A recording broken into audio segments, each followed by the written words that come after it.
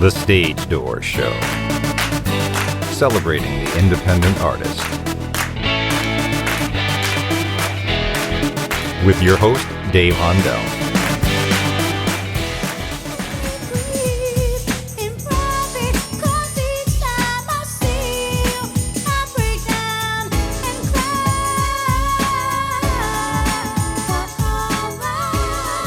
Hi, everybody. Welcome to the Stage Door Show tonight. This is Dave Hondel. I am so excited to have tonight's guest on our show. She's had multiple chart-topping hits over the past several years, including #1 Billboard chart hits. Please welcome to the show, Sybil. Sybil, thank you for joining us tonight. My pleasure, David. My pleasure. I'm glad to be here. You have an incredible vocal range, and you're admired by not only your fans but also your peers. When did you realize that you had that gift of that voice? It's funny because I never really expected to be a singer. That's not what I desired to be. I thought I was going to be an attorney. That's what I studied to do. That's what I planned to do. But singing was it's just kind of instinctively, it is kind of instinctively and intrinsically who I am. I grew up in a very musical family and grew up singing in church, doing musical theater. And then in college, I sang around, with different choral groups and choruses and bands. And so music has always been on the back burner, but in 1986 it came to the forefront. But all my life, music has always been a major part of my upbringing.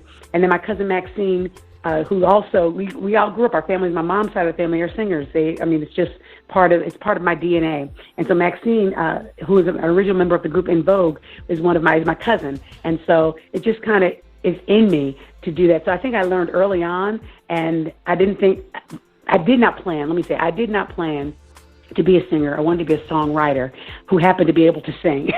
So it just has always been there. So I don't know how early or how young, but I would sing and create songs around the house, and they're like, "Who did that song?" And I'm like, "I just made it up, Daddy. I just made it up, Mommy." So I don't know when I've never been singing. Yeah. When did you actually get discovered? Back in the 80s. I mean, it's not like it is today where there's all these streaming services and everybody has that opportunity to put their music out to the world. Back then, it wasn't like that. So how did you get that opportunity? It's actually strange. Times are so different, because now when I got a deal, it's because you could actually sing. It was not manufactured in the studio. And that is one of the things that I tell people. I kind of honed my skill from live performances on stage in front of groups and just kind of raw. And so in 1986, I sung in theater. And so a high school friend of mine was actually working with a producer in New Jersey, and they were looking for a singer.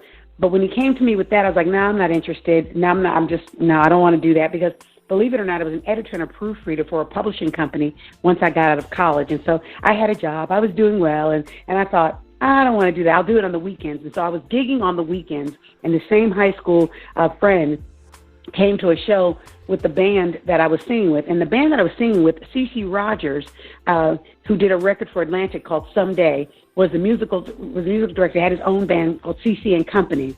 So I became part of the company. Yeah. 1986.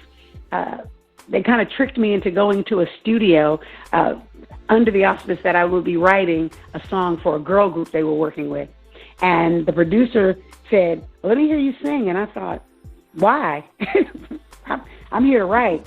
And he looked at my friend and said, "She doesn't know she's here. You want her to sing this song?" And so ended up happening was they said to me, "Well, she must not be able to sing." And I think I looked like, "Are you serious? Like, are you really serious?" And so I said, "Let me hear the song." And they let me hear the song. And I said, "Well, where are the lyrics?" So they gave me the lyrics, and the song that Dolores Drury and James Bratton had written.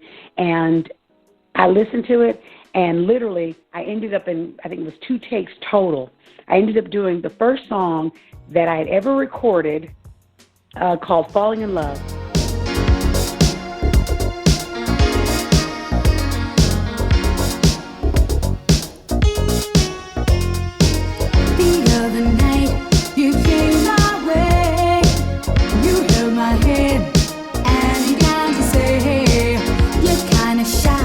But that's okay. Hey,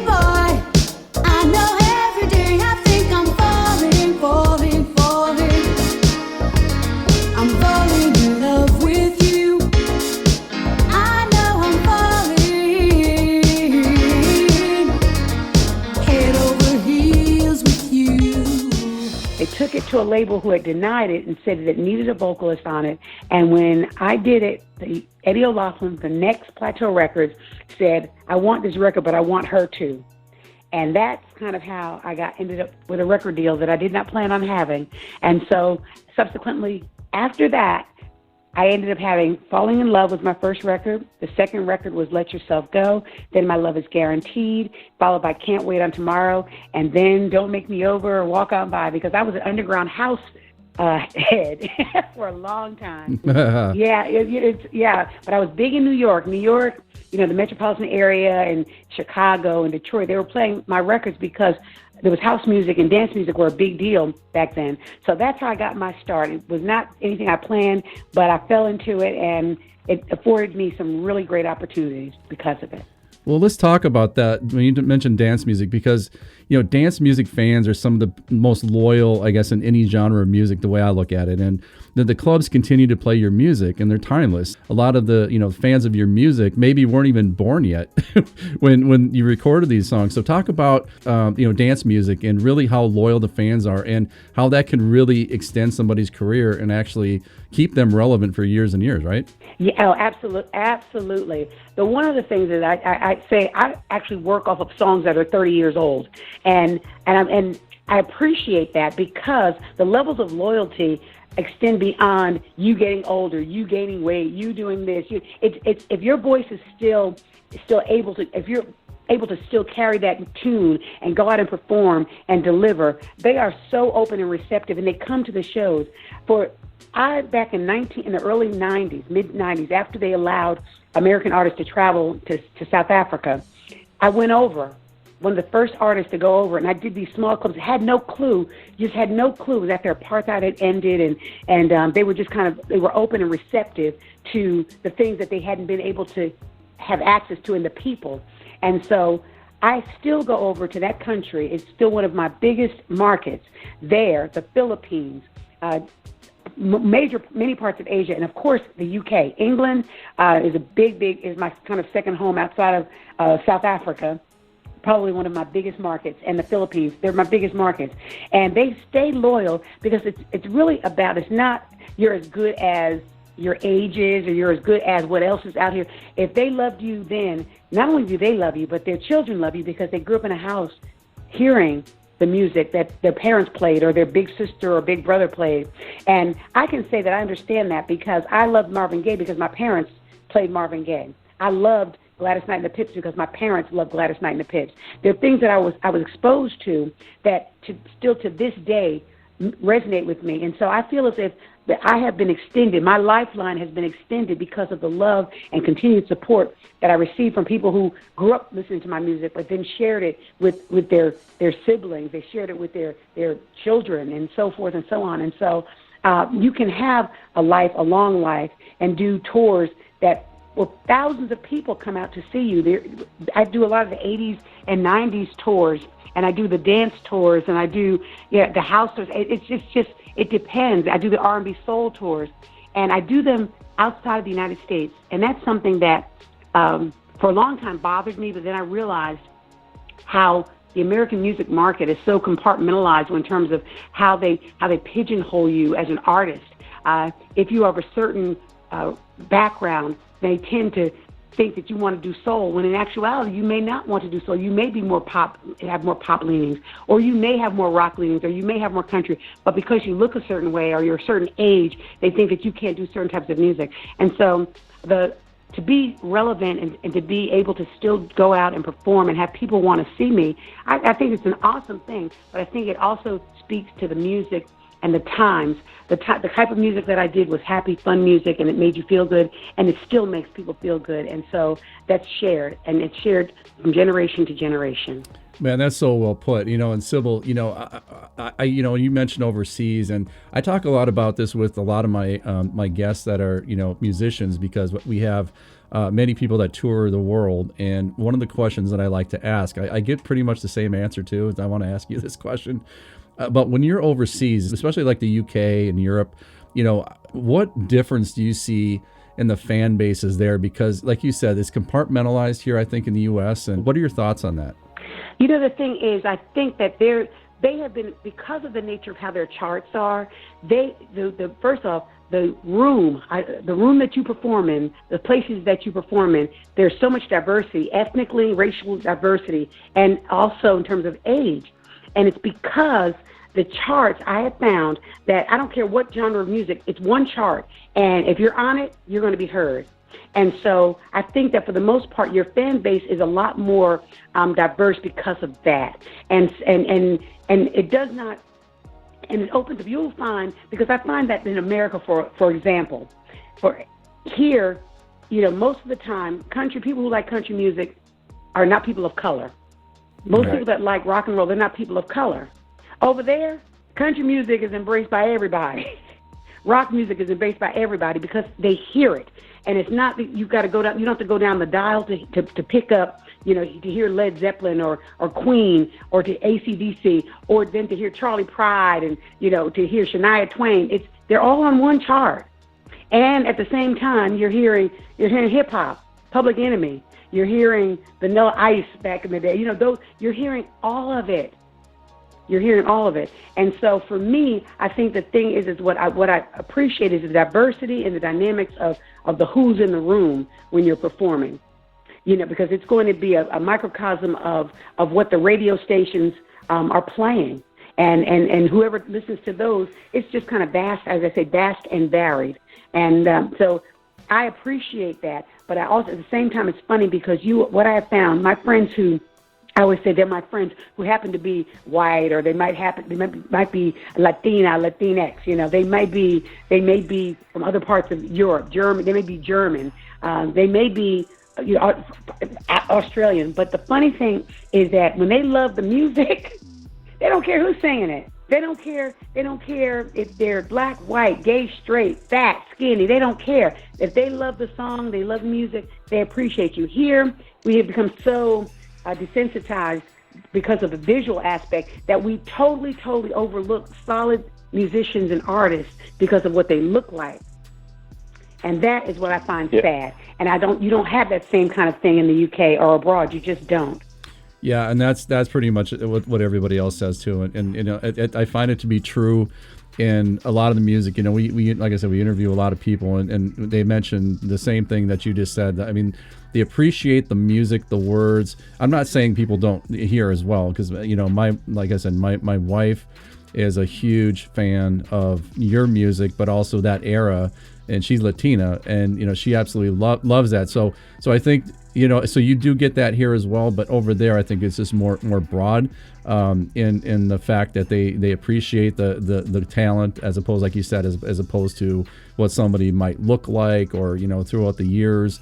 They still appreciate that music no matter when it was recorded. I mean, it's still, music is music, and it lives forever. Yeah, I'm going to share this. I got excited because I was actually working abroad, and I loved the Rolls Royce. I loved that Rolls Royce, and I was doing a show at it was a big weekender in the UK, and I was like a big kid, but it was because I remembered the songs of that time, of the mid-70s, late 70s, early 80s. And so I was singing Car Wash and all. It was just, so for me, I get excited because I was able to see people that, for the most part, we don't hear that they're touring, but they're working a lot outside of the U.S. I ran into Alexander O'Neill in Manchester, England, doing a soul festival. And so it was just, it's interesting to me. And so I learned a long time ago that if I rely on others to make me feel relevant, then I would stop doing what I'm doing. But I have a heart and love what I do, and so when I'm given a platform to do it, I don't care where it is. I'm going. I'm going. That's well said. That's great. And also one thing I'm impressed with is we talk about this a lot on my show as well, because we do have independent artists that listen to our show, and one of the things that I always mention from my experience has been collaboration with other artists outside of your genre is good for your brand, because it broadens the audience base that you have. So talk about that and the importance of that. Oh, goodness. Let me say this. One of the things, Lenny White is a drummer, one of probably the best drummers in the world. Worked with Chick Corea for years. he actually put the band together. Now, he's more jazz and that jazz fusion. That's his thing. But he asked me to be part of the band, and I thought, are you serious? He wanted a singer, and he asked me. And anyone else might have run from it, but because I grew up listening to jazz and blues and soul and all kinds of music, I loved music.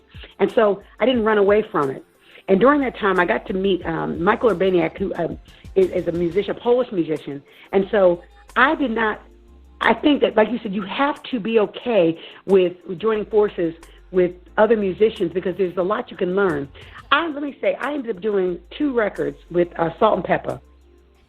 On their Black's Magic album, I worked with them on a song called Independent. They worked and rapped on a song that I did on my album called Crazy for You. There was a friendship forged, and we were actually I was one of the first dance soul artists to work with a rap group that had a hit. And then it became, just kind of what people did. But I had done it early on. And so people don't realize that, but I had done that early on. And then it became what people went to, a rapper with a soul or a pop singer. And that was nothing new. It was something I had done. And so what I'm saying all of that to say that it's really important to keep your ears, if you want to be listened to and are heard, or you want to be received by audiences that are really diverse in terms of age and in terms of background, then it's going to be good to align yourself with others who are doing music, but maybe not doing the type of music that you're doing, because there's so much that you can learn. There's so much that you can learn. It's like sitting down at a table, having a conversation with someone who's from a different background and getting to and understanding that you're more alike than you are different.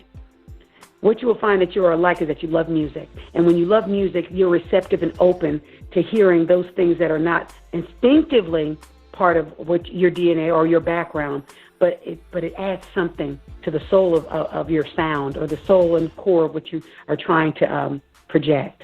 Yeah, that's very true and well said. The other thing is, your music, it is timeless. I mean, Don't Make Me Over. Let's talk about that. #1 Billboard chart. You went gold with that one as well. And talk about that song. How did that come about? Because the video is. I love the video too. I watched the video, and it's just great, and I just love the vibe. So talk about that song and how did that come about? Oh gosh. It's so funny because I knew who Dionne Warwick was because my mom exposed me to her early on. So as a young girl, I knew who Dionne Warwick was. I was very familiar with a lot of her songs, but that was one song that I was not familiar with. And I think because, well, first off, she had done the song in 1960. I wasn't born yet. I wasn't born much. I had a couple of years later I came along, but I was not born until later than that. But that song, I wasn't familiar with it. And I had actually already recorded Walk On By. But Eddie O'Loughlin said, I want you to do this Dionne Warwick song. And I was like, I already have one. And so he said, I want you to do Don't Make Me Over.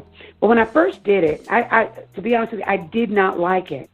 I didn't like it. I thought it was just like, I don't think this is going to work. I go from doing this dance stuff to this kind of mid-tempo, kind of, I said, it's not going to work. And then also because I wasn't familiar with it, but I was more familiar with Walk On By, not from Dionne's version alone, but from other people's versions of Walk On By. And so I was really, really the reluctant singer of that song. But he said, Sybil, just trust me on this. Well, we did it, and I still didn't love it. I fell in love with it when it was sent over to the UK, and it was remixed by a group of remixers out of Stock Aitken and Waterman, the PWL camp. Tony King and that team redid it, and at that time, the sound that was really hot was soul to soul, and they gave it that soul to soul vibe. And when I got it back, I was like, oh, I love this song. I love it. Because to me, that was reminiscent of what I wanted to hear, musically wanted to hear. Because I thought the first version was just a little bit too thin and it didn't have as much body as it got. And so that song, and then let me say the words, after I really listened to the words, it was a song of acceptance, of loving yourself and being able to say, accept me for what I am, accept me for the things that I do, don't make me over. It's like, I just let me be who I want to be. Don't Make Me Over. And so the words were really empowering for me. Don't make me over. Now that you know how I adore you. Don't make me over.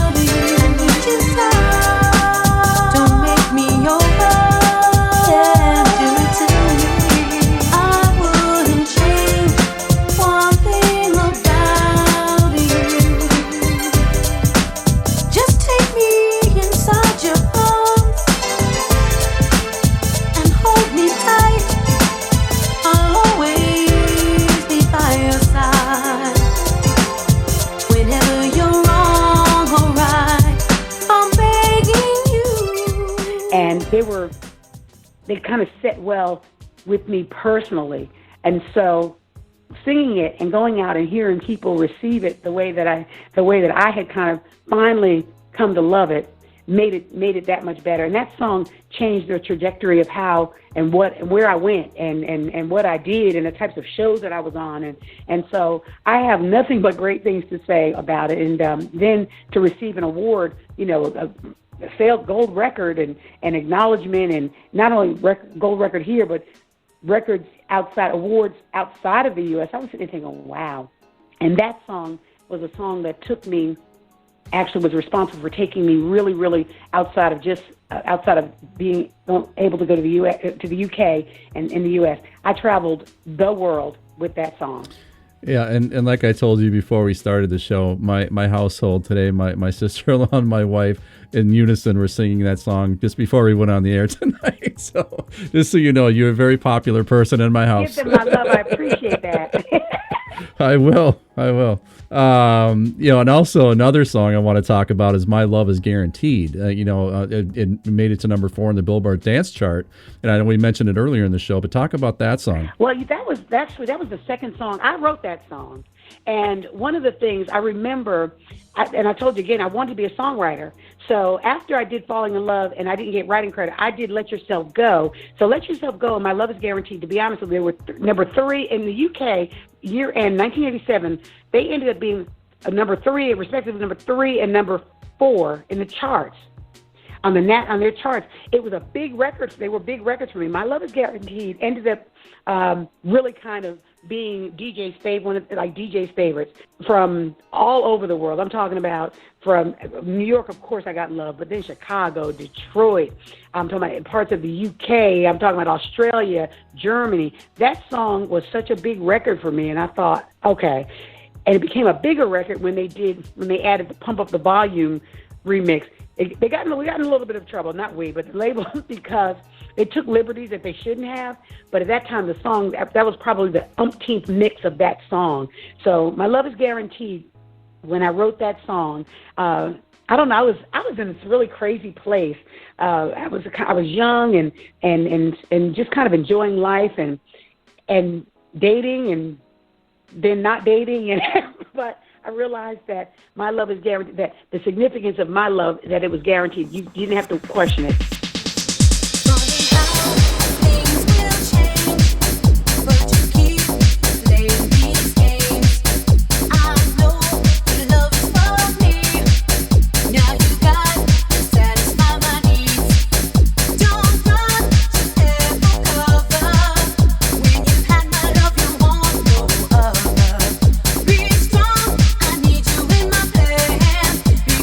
Everything I want in our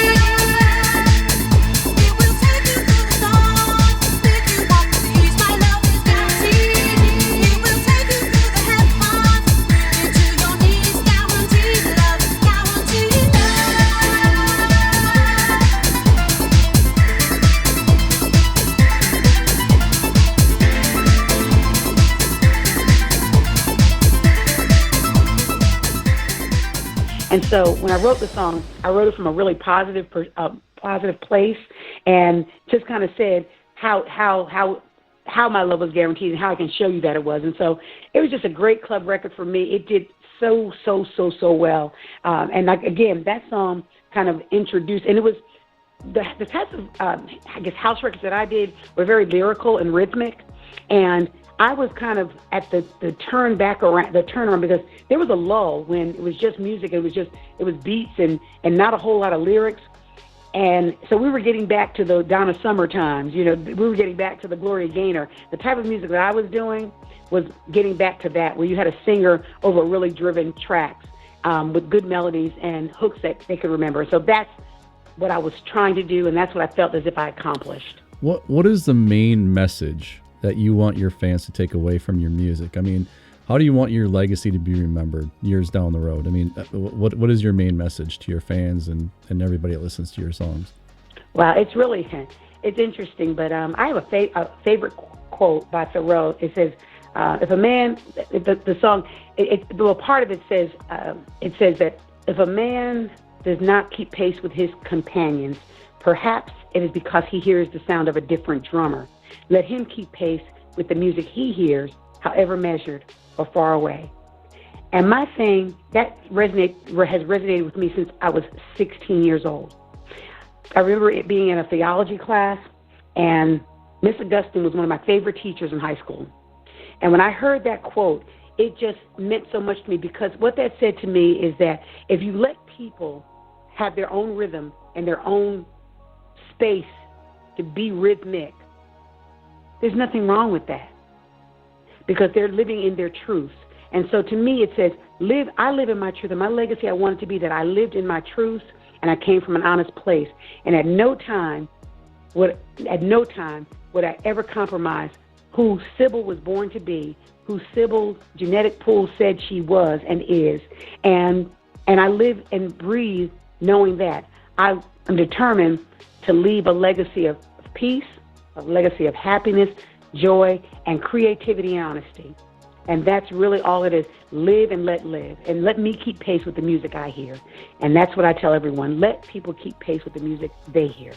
That is so beautifully said, and we need more of that in the world today. So thank you for that. That's awesome. What are your thoughts? What are your thoughts on streaming services and the evolution of music? And again, I talk about this mostly with artists that have been around for a long time. Your music, and the evolution of music has really been drastic over the last few decades. Where we kind of touched on it earlier, but the recording studios have not all gone away, but for the most part, there are very few of them left, and the streaming services are really where people are going to distribute their music. But over the past several years and the evolution, how has that affected you personally, either positive or negatively in the music business? These are just different times. And what I find really, really sad is that the positive is that there are more people that are able to get their material and their songs and work out. It's not always really great. It diminishes roles and for true musicians, true artists who know how to play instruments and are not just pecking away on some, because they know how to program and they know how to put something into a computer, but they can't go out and actually perform with a band and say that I want E flat or C sharp, or I want they can't. They don't know, and they don't understand timing in a live situation. So I think that it's really crippled a lot of the real true essence of artistry and really the development of songs from an organic place. And so that bothers me. But at the same time, you can't be mad. Things have to change, and if you want to be part of the fray, then you have to live. You have to learn. You have to learn what that looks like to be relevant and significant.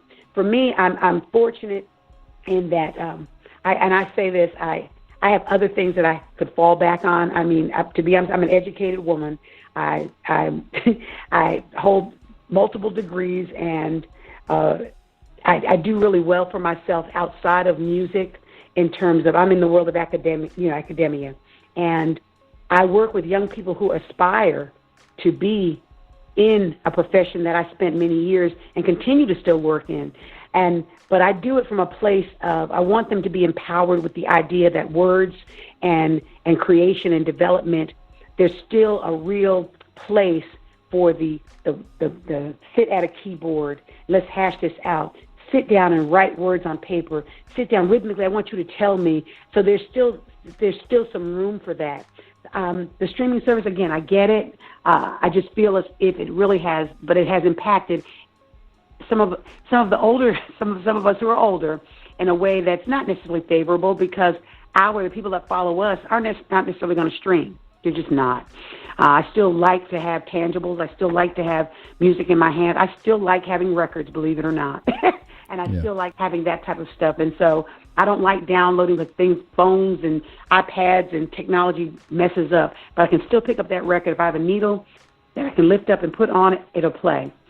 So it has impacted us, but it's just part of how we as a society are evolving. It's the microwave generation. They want things fast, quick, and in a hurry.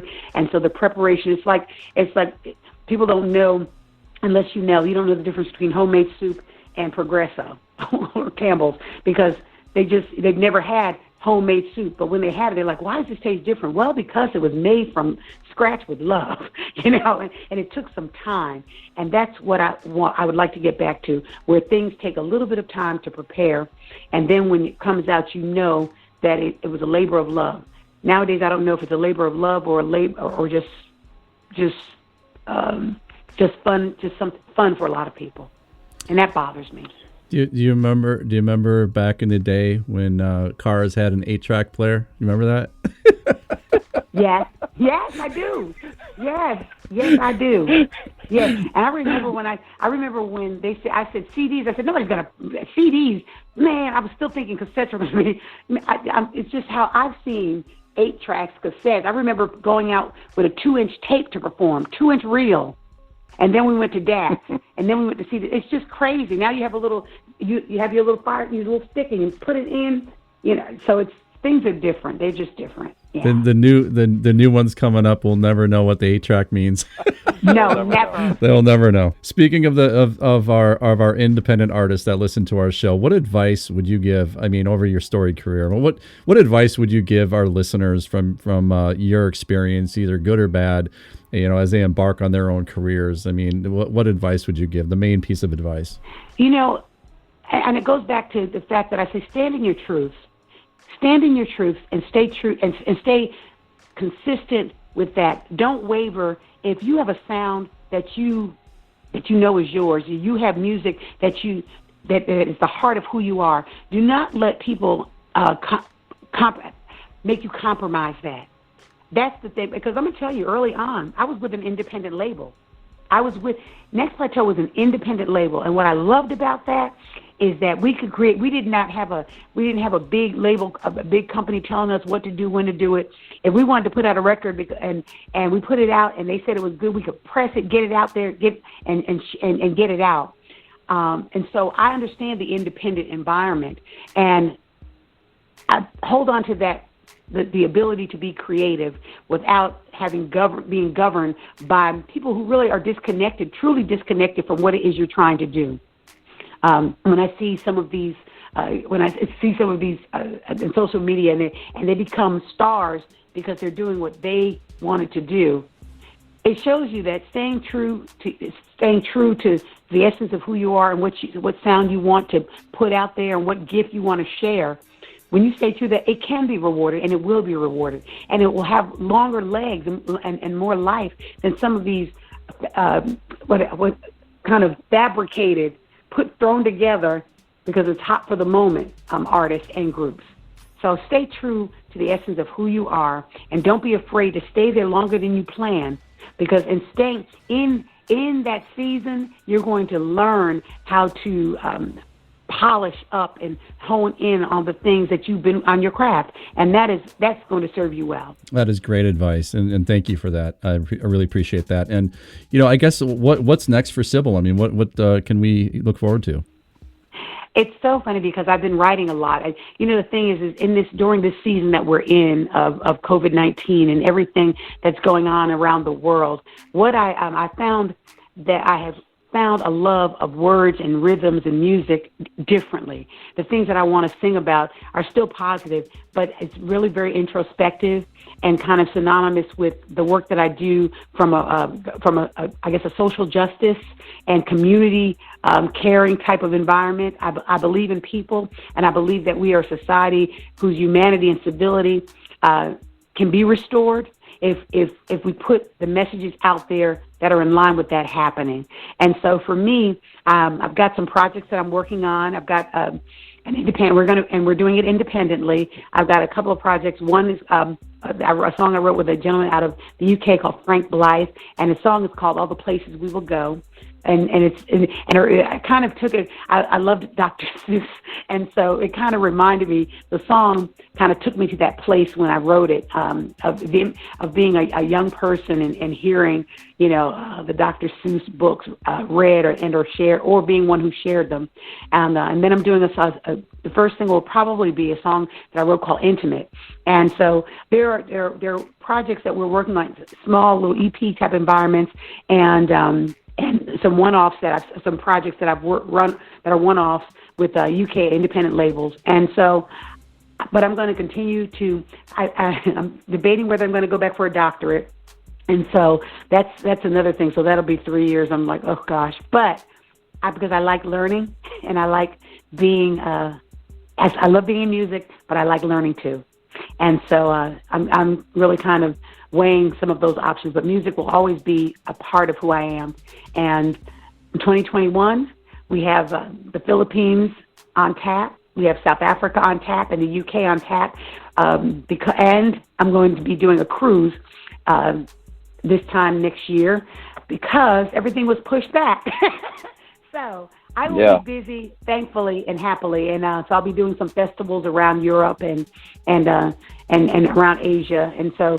But music, I'll be putting some music out, and I will definitely let you all know and try to get everything out, get it shared. And I don't care if it's streamed. That's how it's gonna be. That's fine with me. But at least it'll be my work, and it'll be from Sybil's place of honesty. First of all, Sybil, thank you for joining me tonight, and we will push anything that you have coming out, and you're more than welcome to be on my show anytime. And best of luck to you and everything that you do. And you're truly a star, and your music is going to be played in my household. Oh, that is sweet, David. Thank you so much. And you know what? I want you to tell your wife, don't make me over. Don't make me over. Now that you know how I adore you. Tell her that, okay? Thank you so much. I can already see her smiling. Stay safe out there, and hopefully we'll talk to you soon. Thank you so much, Sybil. Stay here. Thank you. You take care, David.